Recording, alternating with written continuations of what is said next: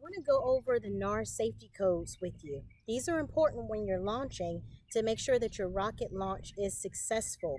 So one, you want to make sure that you have lightweight non-metal parts for your nose, body, and fins of your rocket.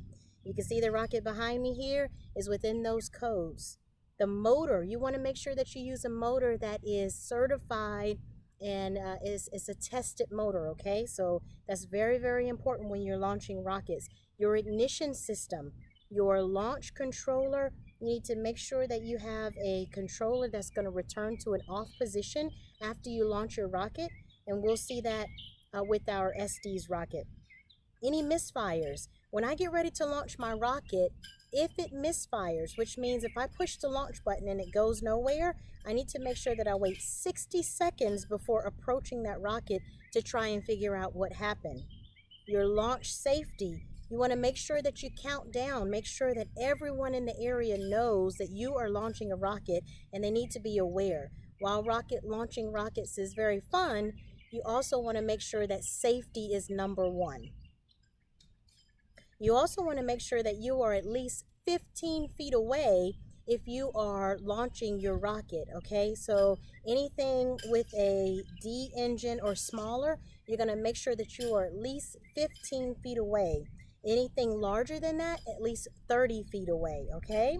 Very, very important when it comes to launch safety.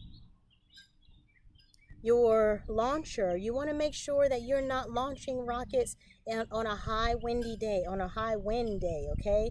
Because that's going to affect the safety of your recovery as well. All right? Your flight safety, don't launch into any clouds. You can see that today is not a cloudy day, but the wind is out and there are clouds that are in the area. But make sure that you're not launching into clouds, okay? And your launch site, you can see that I'm in a nice open area here. There are some trees here, but those trees are not going to be large enough to make my rocket get stuck, to allow it to get stuck. So you want to be sure that you are not near very close to power lines or trees or large bodies of water, things like that, okay? And your recovery system, make sure that you have a recovery system that is working properly before you get ready to launch your rocket. And then your recovery safety.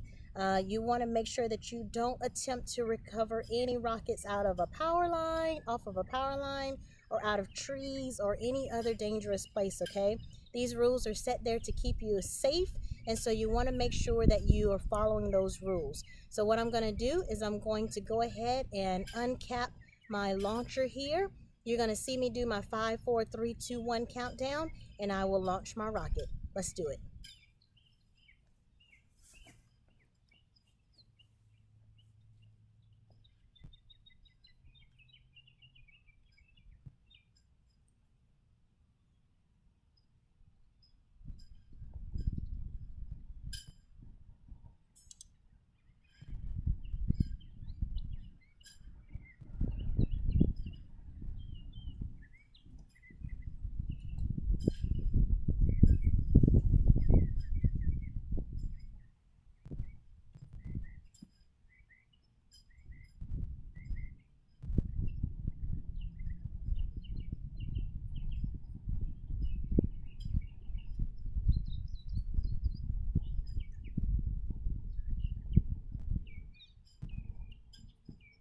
I've taken my cap off. I am now ready to insert the key into my remote. I'm going to hold the key down until I see a red light. That lets me know I have continuity. I'm going to do my 5, 4, 3, 2, 1 countdown. Here we go. In 5, 4, 3, 2, 1.